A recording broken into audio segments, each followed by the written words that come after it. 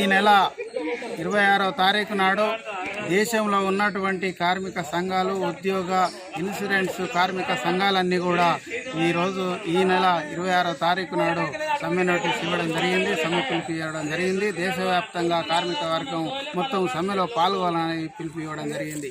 అదంటే ఇవాళ రెండవసారి అధికారంలోకి వచ్చినటువంటి మోడీ ప్రభుత్వం అన్ని కార్మిక చట్టాలను మొత్తం సవరిస్తూ కార్మికులపైన ఉక్కుపాదం మోపడానికి ప్రయత్నాలు చేస్తూ ఉంది. దాంట్లో భాగంగానే ఇవాళ 44 చట్టాలను 4 చట్టాలుగా కుదించడం అనేది జరిగింది. యూనియన్ పెట్టుకునే హక్కు లేకుండా పోయింది, అదేవిధంగా ప్రశ్నించే హక్కు కూడా పోయింది.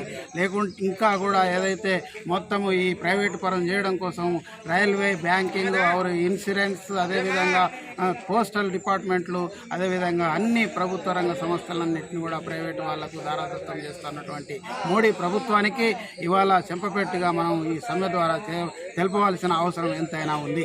అదేవిధంగా సింగరేణిలోకి వచ్చినట్టు అంటే ఇవాళ సింగరేణిలో 50 బ్లాక్లను మొత్తం ప్రైవేటు వాళ్లకు చేయడం అనేది టెండర్ విలువడం అనేది జరిగింది.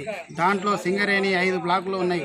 ఇవాళ సింగరేణిలో చూసుకున్నట్టయితే ఒక తాడిచెర్ల ఓబీసీని 25 సంవత్సరాలు అగ్రిమెంట్ రాసి ఇవ్వడం జరిగింది ప్రైవేటు వాళ్ళకు. అదేవిధంగా ఇంకా కూడా ఫైన్ క్లైన్, ఓపెన్ కాస్ట్, ఇంకా అనేక తదితర బావులను కూడా ఇవాళ ప్రైవేటు వాళ్లకు దారాదత్తం చేయడం కోసం సింగరేణిలో భారతీయ జనతా పార్టీ ప్రయత్నం చేస్తూ ఉంది.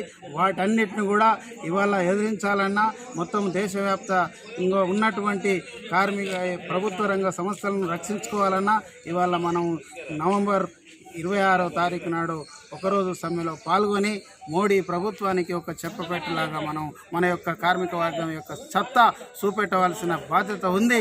అందుకనే ఈ గోదావరి లేబర్ కార్మిక సంఘం IFTU సింగరేణిలో కూడా సమ్మె పిలుపులో భాగం కావాలని కార్మిక వర్గానికి విజ్ఞప్తి చేస్తూ ఉంది.